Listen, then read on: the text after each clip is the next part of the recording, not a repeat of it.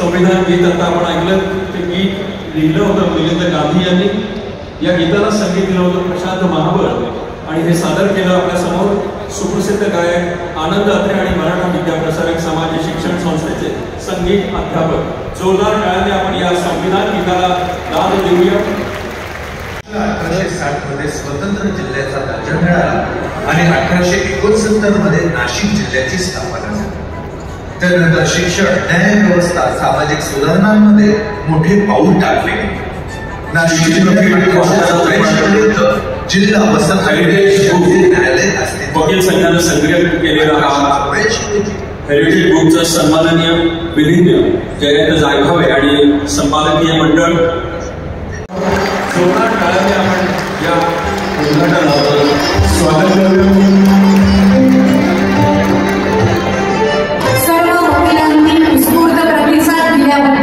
आयोजकांकडून सर्वप्रथम आपले मनपूर्वक आभार. आणि जिथे आपल्याला जागा उपलब्ध होईल तिथे कृपया यांचं प्रतिमा पूजन आता संपन्न होणार आहे. मान्यवरांच्या हस्ते संविधानाची उद्देशिकेला पुष्प अर्पण केलं जाईल. या दरम्यान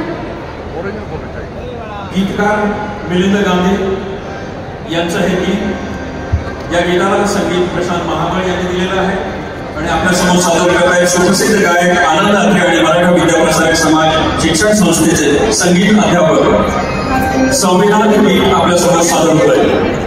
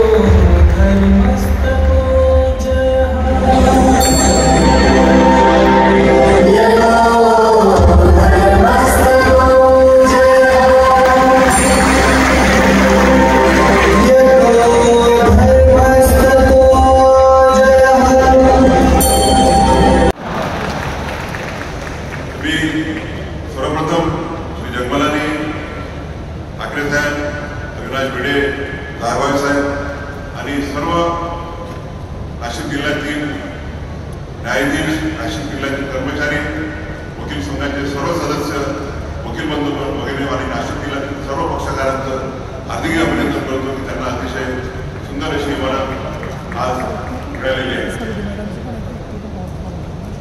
या इमारतीचं भूमिपूजन करण्याचं सौभाग्य मला लाभलं 2019 साली, ज्यावेळेला मी सर्वोच्च न्यायालयाला न्यायाधीश झालो. त्यानंतर पहिल्यांदा ज्यावेळेला पहिला कार्यक्रम माझा महाराष्ट्रात नाशिकला झाला आणि त्यावेळेला माननीय उद्धव ठाकरेजी मुख्यमंत्री होते आणि ठाकरे साहेबांनी भाषणात म्हटलं, आता त्यांनी सांगितल्याप्रमाणे की या बिल्डिंगचं उद्घाटन गवई साहेबांच्या हस्ते करतो, भूमिपूजन गवई साहेबांच्या हस्ते करतो. या बिल्डिंगचं उद्घाटन सुद्धा त्यांच्याच हस्ते 2025 मध्ये आपण करू आणि खरोखर हा एक चांगला योगायोग आहे की ज्या बिल्डिंगचं भूमिपूजन करण्याची संधी मला मिळाली, त्याच अतिशय सुंदर अशा इमारतीचं उद्घाटन करण्याची संधी मला मिळते आहे. या इमारतीमध्ये या इमारतीचं स्वप्न पूर्णत्वास देण्यामध्ये अनेकांचा हातभार आहे. या प्रसंगी मला उल्लेख करावा लागेल त्यावेळेचे जे महाधिवक्ता होते रोहित देव, त्यानंतर ते आमचे न्यायालयात सुद्धा आले. ते ॲडव्होकेट जनरल असताना त्यांच्या कमिटी नेमण्यात आली होती आणि त्या कमिटीने रिपोर्ट दिल्यानंतर जागेचा जो प्रश्न आहे तो मार्गी लागला. त्यानंतर माझे सहकारी ते माझ्यासोबत सर्वोच्च न्यायालयात होते, त्या अगोदर मुंबई उच्च न्यायालयात होते, माननीय श्री अभय यांनी सुद्धा या जागेचा प्रश्न सोडवण्यामध्ये अतिशय मोलाचं असं कार्य केलेलं आहे. आणि मी बघतो आहे की आता ज्यावेळेला कोल्हापूरचा सर्किट बेंच होण्याचा निर्णय झाला त्यावेळेला कर्णिक साहेबांनी आणि आपल्या नाशिकचे दोघंही नाशिकचे भूमिपुत्र आहेत, कर्णिक साहेबांनी गुलाब गायकवाड, त्या दोघांनी 20 दिवसामध्ये कोल्हापूरच्या जुन्या बिल्डिंगचं कायापालट करून अतिशय सुंदर अशी उच्च न्यायालयाला साजेशी अशी इमारत ते अतिशय कमी वेळामध्ये निर्माण केली. खरं म्हणजे काही लोक टीका करत असतात की महाराष्ट्र हे ज्युडिशियल इन्फ्रास्ट्रक्चरच्या मध्ये खूप मागासलेलं आहे. परंतु मी नेहमी म्हणत असतो आणि आजही म्हणतो की महाराष्ट्राचं ज्युडिशियल इन्फ्रास्ट्रक्चर हे अतिशय चांगलं असं आहे. गेल्या 8-10 वर्षामध्ये अनेक इमारतींचं भूमिपूजन, अनेक इमारतींचं महाराष्ट्राचं उद्घाटन करण्याची मला संधी मिळाली. फार सुंदर अशा बिल्डिंग निर्माण करण्यात आलेल्या आहेत. ती कोल्हापूरची बिल्डिंग असो, ती अमरावतीची असो, नागपूरची असो. आता मागच्या महिन्यामध्ये मी दर्यापूर हा माझा तालुका आहे, त्या तालुक्याच्या एका तिथे जिल्हा न्यायालयाचं आणि बिल्डिंगचं उद्घाटन केलं आणि मला नाही वाटत की देशामधल्या कुठल्याही तालुक्यामध्ये दर्यापूरला जेवढी सुंदर इमारत आहे तेवढी सुंदर इमारत असेल. आणि आज आपण कळत गाठतो आहोत की नाशिकला अतिशय सुंदर अशी आपण इमारत दिलेली आहे. आणि म्हणून मी जाहीरपणे महाराष्ट्राच्या बांधकाम विभागाचं कौतुक करू इच्छितो की त्यांनी फार सुंदर अशा इमारती महाराष्ट्राच्या ट्रेजरीला दिलेल्या आहेत. लवकरच मुंबईच्या उच्च न्यायालयाच्या इमारतीचं बांधलेलं काम सुद्धा सुरू होणार आहे. आणि महाराष्ट्र शासन हे नेहमीच ज्युडिशियल इन्फ्रास्ट्रक्चरच्या बाबतीत पॉझिटिव्ह राहिलेलं आहे. ते भूमिपूजन करत असताना त्यावेळेला जे मुख्यमंत्री होते माननीय उद्धवजी ठाकरे, त्यांनी ज्याला अपेक्षा केली होती की उद्घाटनाच्या वेळेला होते आम्ही दोघेही राहू, पण तो योग नव्हता. त्यांनी सुद्धा महाराष्ट्रामध्ये जे ज्युडिशियल प्रोजेक्ट असतील त्या नॅशनल युनिव्हर्सिटीज असतो अतिशय असा पॉझिटिव्ह स्टँड घेतला आहे. सध्याचे मुख्यमंत्री आणि 2000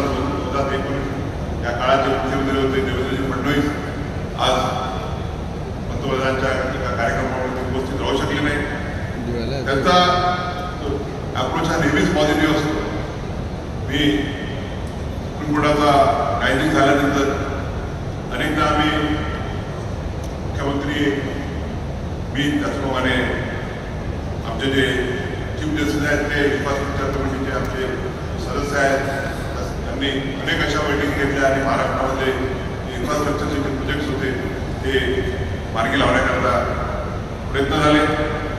मला आनंद आहे की महाराष्ट्र राज्याच्या मुंबई उच्च न्यायालयाच्या इन्फ्रास्ट्रक्चर कमिटीचा सुरुवातीला बोगसाहेब ज्यावेळेला अध्यक्ष होते त्यावेळेला मी आणि विरोधी मंत्री मॅडम आम्ही मेंबर होतो आणि अनेक असे आम्ही प्रोजेक्ट्स त्यावेळेला संकल्पित केले आणि त्यातले बरेचसे पूर्णत्वास निघता आले. त्यानंतर मला इन्फ्रास्ट्रक्चर आणि बिल्डिंग कमिटीचं अध्यक्ष बनण्याची संधी मिळाली. माझ्यासोबत विरोधी मंत्री मॅडम आणि मकरंद कर्णिक दोघेही जण त्या कमिटीवरती होते आणि त्यावेळेला आम्ही पहिल्यांदा विचार केला की आपण ज्यावेळेला बिल्डिंग निर्माण करतो त्या फक्त न्यायाधीश निर्मित असतात, परंतु न्यायालय फक्त न्यायाधीशांकरताच नाही तर वकिलांकरता आणि त्याचप्रमाणे पक्षकारांकरता सुद्धा असतात. हा विचार आम्ही मांडून जेव्हा जेव्हा नवीन बिल्डिंगचे प्रोजेक्ट प्रपोजल करण्यात आलं त्यावेळेला आताच ठाकरे साहेबांनी सांगितल्याप्रमाणे वकिलांना सुद्धा आम्ही त्यांच्यासोबत जे महत्त्वाचे स्टेक होल्डर आहेत त्यांचे सुद्धा विचार बिल्डिंग्समध्ये घेतले आणि जेणेकरून ज्या बिल्डिंग्स निर्माण होतील त्या बिल्डिंगमध्ये त्याच्यासोबत वकिलांना त्याचप्रमाणे पक्षकारांना सुद्धा योग्य अशा सुविधा मिळायला पाहिजे या दृष्टीने विचार केला. आणि आपण जर जाऊन बघायला नाशिकची जी इमारत झालेली आहे त्यामध्ये नुसतंच वकिलांचा नाही जजेसचा नाही तर पक्षकारांचा सुद्धा त्याला आपण म्हणतो लिटिगंट फ्रेंडली असा ॲटमॉस्फिअर तिथे निर्माण झालेला आहे. नेहमी म्हटलं जाते की माणसाने कोर्टाची पायरी कधी सोडू नये, परंतु नाशिकची बिल्डिंग बघितल्यावरती मला असं वाटतं की नाशिकच्या प्रत्येक नागरिकाने आपल्या केसकरता नाही कमीत कमी आपल्या नाशिकमध्ये एक अतिशय चांगली अशी वास्तू निर्माण झालेली आहे ती बघण्याकरता तरी सर्वांनी तिथे केलं पाहिजे. आणि सुरुवातीला ती लॉबी आहे. मी साहेबांचा नेहमीच उल्लेख करत असतो. जवळपास एक 17-18 वर्षापासून माझा भारतासोबत महाराष्ट्राशी संबंध आला आणि महाराष्ट्रामध्ये कंटिन्युअस लिगल एज्युकेशन प्रोग्राम आणण्याकरता legal education law is a subject which requires an updation हा असा विषय आहे की तिथे वेगवेगळे कायदे नेहमी येत असतात, त्याचप्रमाणे नवीन न्यायनिवाड येत असतात आणि म्हणून साहेबांच्या संकल्पनेत घेऊन कंटिन्युअस लिगल एज्युकेशन प्रोग्राम सुरू करण्यात आला. आज तो पूर्ण महाराष्ट्राभरात अतिशय चांगल्या रीतीने काम करत आहे, परंतु त्या मॅटरवरती देशाच्या इतर बार काउन्सिल्सनी सुद्धा हा कार्यक्रम सुरू केलेला आहे. आणि नेहमीच म्हणतो की रायबाब साहेबांनी जे योगदान दिलेलं आहे खरं म्हणजे त्यांनी आता तुमच्या दुसऱ्या भेटीतून सेकंड जनरेशन सुद्धा आलेली आहे वकिलीमध्ये, परंतु वकिलीचा विचार न करता त्यांनी जे कॉन्ट्रीब्युशन दिलं आणि या राज्यातील या देशातील वकील कसा सुदृढ झाला पाहिजे, कसा चांगला वकील झाला पाहिजे या रीतीने जे कार्य केलं त्याचं आपण निश्चितच त्यांचं अभिनंदन केलं पाहिजे. आज दुसरं म्हणजे बिल्डिंग बाहेरून बघितल्यावरती आर्किटेक्ट आहेत, इंजिनियर्स आहेत, कॉन्ट्रॅक्टर त्यांचं अभिनंदन करू इच्छितो की समोर जी हेरिटेज बिल्डिंग आहे आणि त्याच्या पाठीमागे जी नवीन बिल्डिंग आहे त्याचं त्यांनी जे सिंक्रोनायझेशन केलेलं आहे ते अतिशय सुंदर अशा रीतीने केलेलं आहे. बाहेरून बघताना असं वाटतं की जरी ही नवी बिल्डिंग आहे आणि पाठीमागची बिल्डिंग सिमेंट कॉन्क्रीटची आहे तरी त्यामध्ये कंटिन्युटी दिसून येते आणि त्यामुळे सरकारचे जे आर्किटेक्ट आहेत त्यांच्या मी लोकतेचं अभिनंदन करू इच्छितो. नाशिक बार हा फार मोठी परंपरा लाभलेला बार आहे, 140 वर्षांची परंपरा लाभलेली आहे आणि आज आम्ही त्यावेळेला बिल्डिंग उद्घाटन झाल्यानंतर तो हेरिटेज ट्रस्ट तयार करण्यात आला आहे संघटनांमध्ये गेलो. अनेक दुसऱ्या पिढीच्या वकिलांनी सेवा दिलेली आहे. कर्णिक साहेबांचे वडील इथे आहेत, त्यांच्यासोबत आम्ही फोटो काढला. तो मित्र मिलिंद साठे तिसऱ्या जनरेशनचे आहे, त्यांच्या आजोबाचा फोटो आहे, त्यांच्या वडिलांचा आहे. ते मित्र किशोर संत त्यांचे सिनियरसोबत तिथं आम्ही फोटो काढला. आता नवीनच आमच्या जग झालेल्या भगिनी वैशाली जाधव पाटील यांचेही सिनियर तिथे फोटो रूपात उपस्थित आहेत. त्या सर्वांचे आशीर्वाद आपल्या सर्वांना लाभलेले असतील.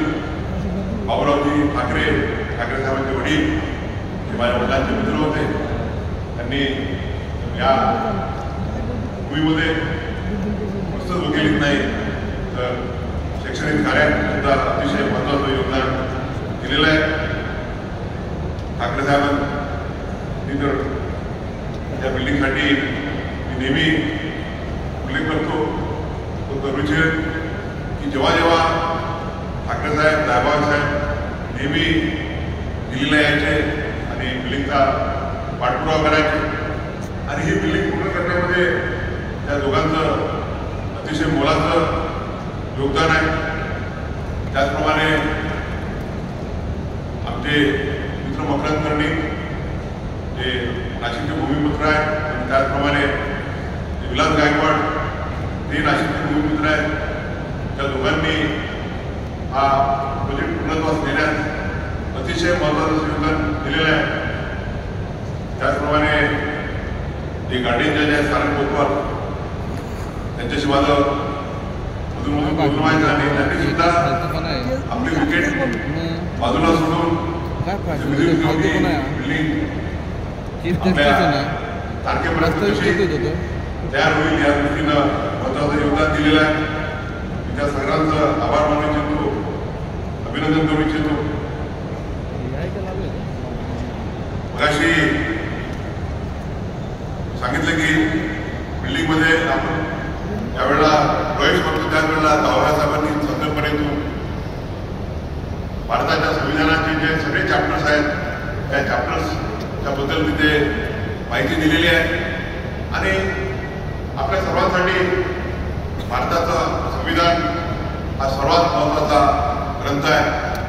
ते विविध धर्माच्या लोकांसाठी वेगळे ग्रंथ असतील, भगवद्गीता असेल किंवा कुराण असेल किंवा गुरुसाहेब असेल, परंतु आपल्या सर्वांसाठी या देशाच्या प्रत्येक नागरिकासाठी सर्वात महत्त्वाचा कुठला ग्रंथ असेल तो म्हणजे भारताची राज्यघटना. भारताच्या राज्यघटनेने आपल्याला स्वातंत्र्य, बंधुत्व, समानता हे दिलेलं आहे. आपलं प्रिॲम्बलच म्हणतं की we assure to all citizens freedom, equality, liberty and assure fraternity to forms all self. Babasaheb Ambedkar नेहमी म्हणायचे आज तो कार्यक्रम होत आहे. मला आनंद आहे की छत्रपती शिवाजी महाराज, बाबासाहेब आंबेडकर आणि महात्मा ज्योतिबा फुले यांच्या प्रतिमा आपण ठेवल्या आहेत. त्यांच्या आशीर्वादाने आपण हा कार्यक्रम घेतो आहोत. बाबासाहेब नेहमीच महात्मा फुलेंना त्यांचे गुरु मानायचे आणि महात्मा फुलेंचे, शाहू महाराजांचे जे विचार होते ते विचार, त्या विचाराने बाबासाहेब आंबेडकर हे फार प्रभावित होते. या प्रसंगी मी जास्त आपला वेळ घेणार नाही. कार्यक्रम लाभलेला आहे आणि अजून एक कार्यक्रम पुणे करला आहे, त्या कार्यक्रमासाठी जायचं आहे. या प्रसंगी मी नेहमी बाबासाहेब आंबेडकरांचं जे 25 नोव्हेंबर 1949 रोजी त्यांनी भाषण केलं त्या भाषणाचा उल्लेख करत असतो. बाबासाहेबांनी या देशाला जो घटनेचा फायनल ड्राफ्ट आहे तो 4 नोव्हेंबर 1948 रोजी दिला. घटना समितीने, ड्राफ्टिंग समितीने फार मेहनत करून तयार केला आणि त्यावरती सांगोपांग अशी चर्चा झाल्यानंतर 1 वर्षानंतर तो फायनल बाबासाहेब आंबेडकरांनी उत्तर दिलं. त्या अमेंडमेंट्स आलेल्या होत्या, त्या अमेंडमेंट स्वीकारल्या गेल्या, काही अमेंडमेंट नामंजूर करण्यात आला. आणि बाबासाहेब आपल्या 25 नोव्हेंबर 1949 रोजीच्या भाषणात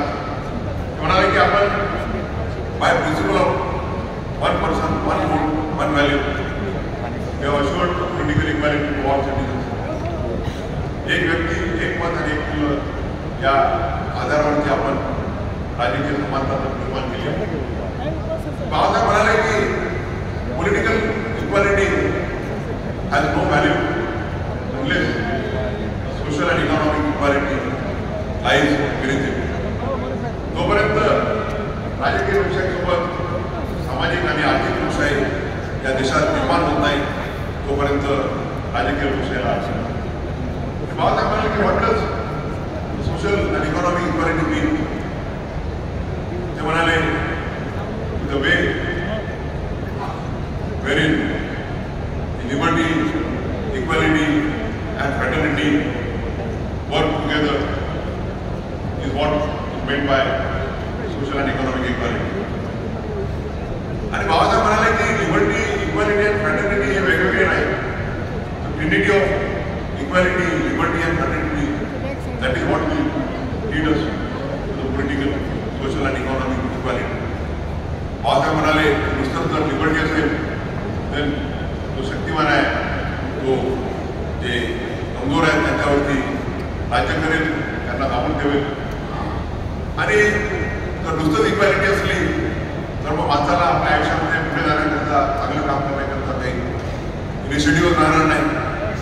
म्हणून ते म्हणाले की liberty and equality both are necessary, पण at the same time we require fraternity, बंधुभाव, which will keep the liberty and equality within their bounds and ensure that liberty and equality coexist without any friction. आणि म्हणून आपल्या राज्यकर्त्यांचं, आपल्या घटनाकारांचं सामाजिक आणि आर्थिक समानतेकडे वाटचाल करण्याची आपल्या सर्वांची जबाबदारी आहे. बाबासाहेब म्हणाले की on 26 January 1950 will be entering era of contradiction. 26 जानेवारी 1950 रोजी आपण एका विरोधाभासा काही प्रवास होतो. राजकीय स्तरावर तर आपण समानता आणलेली आहे, परंतु सामाजिक स्तरावरती हा देश 4 कंपार्टमेंटमध्ये विभागला गेलेला आहे. आणि ते कंपार्टमेंट असे की एका कंपार्टमेंटमधून दुसऱ्या कंपार्टमेंटमध्ये एंट्री ही परमिसिबल नाही. आणि on the economic plane we have a society, we have the vast wealth of the country concentrated in few hands, wherein vast majority of people find it difficult to meet 2 ends of the day. 2 वेळेचा त्यांना अन्न मिळत नाही.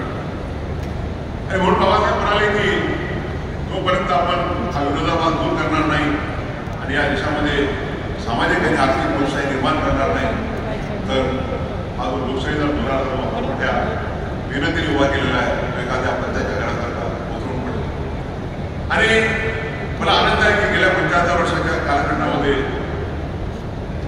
आपल्या राज्यघटनेने जो प्रवास केलेला आहे तो अतिशय सकारात्मक असा आहे. देशाच्या तिन्ही विंग्स असो, लेजिस्लेचर, आपली लेजिस्लेटिव्ह असेंब्ली, पार्लमेंट किंवा एक्झिक्युटिव्ह, कार्यपालिका आणि ज्युडिशरी यांनी घटनाकारांना अभिप्रेत असलेलं कार्य पुढे नेण्याचा प्रयत्न केलेला आहे. पार्लमेंटरी लेजिस्लेचरने अनेक असे कायदे केले की त्या देशामध्ये सामाजिक आणि आर्थिक समानता येईल. उदाहरणार्थ लँडस्लिप ॲक्ट, जेणेकरून त्यांच्याकडे हजारो एकर जमीन होती त्यांची जमीन काढून घेण्याची जमीन आहे त्यांना देण्यात आली. त्याचप्रमाणे टेनन्सी अबॉलिशन ॲक्ट, मजुरांच्या हिताचे अनेक ॲक्ट आपण केलेले आहेत. आणि जेव्हा जेव्हा न्यायालयाकडे हा प्रश्न यायचा की फंडामेंटल राईट्स आणि डायरेक्टिव्ह प्रिन्सिपल, बाबासाहेबांचं सर्वात महत्त्वाचं घटनेमध्ये योगदान असेल ते म्हणजे डायरेक्टिव्ह प्रिन्सिपल. या देशामध्ये सामाजिक आणि आर्थिक समता निर्माण करण्याकरता बाबासाहेबांनी पाठपुरा डायरेक्टिव्ह तो आपल्या घटनेमध्ये अंतर्भूत केला. आणि सुरुवातीचा तो भारतीय न्यायव्यवस्थेचा जो वाटचाल होती तो म्हणजे जेव्हा जेव्हा डायरेक्टिव्ह प्रिन्सिपल्स आणि फंडामेंटल राईट्स यांच्यामध्ये कॉन्फ्लिक्ट येईल, fundamental rights and we have to be superior to the directive principles.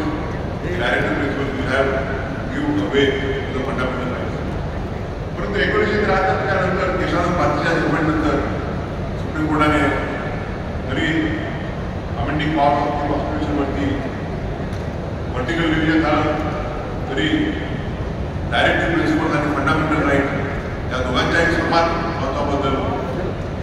पुण्याने मिळली होती केशवानंद भारतीमध्ये.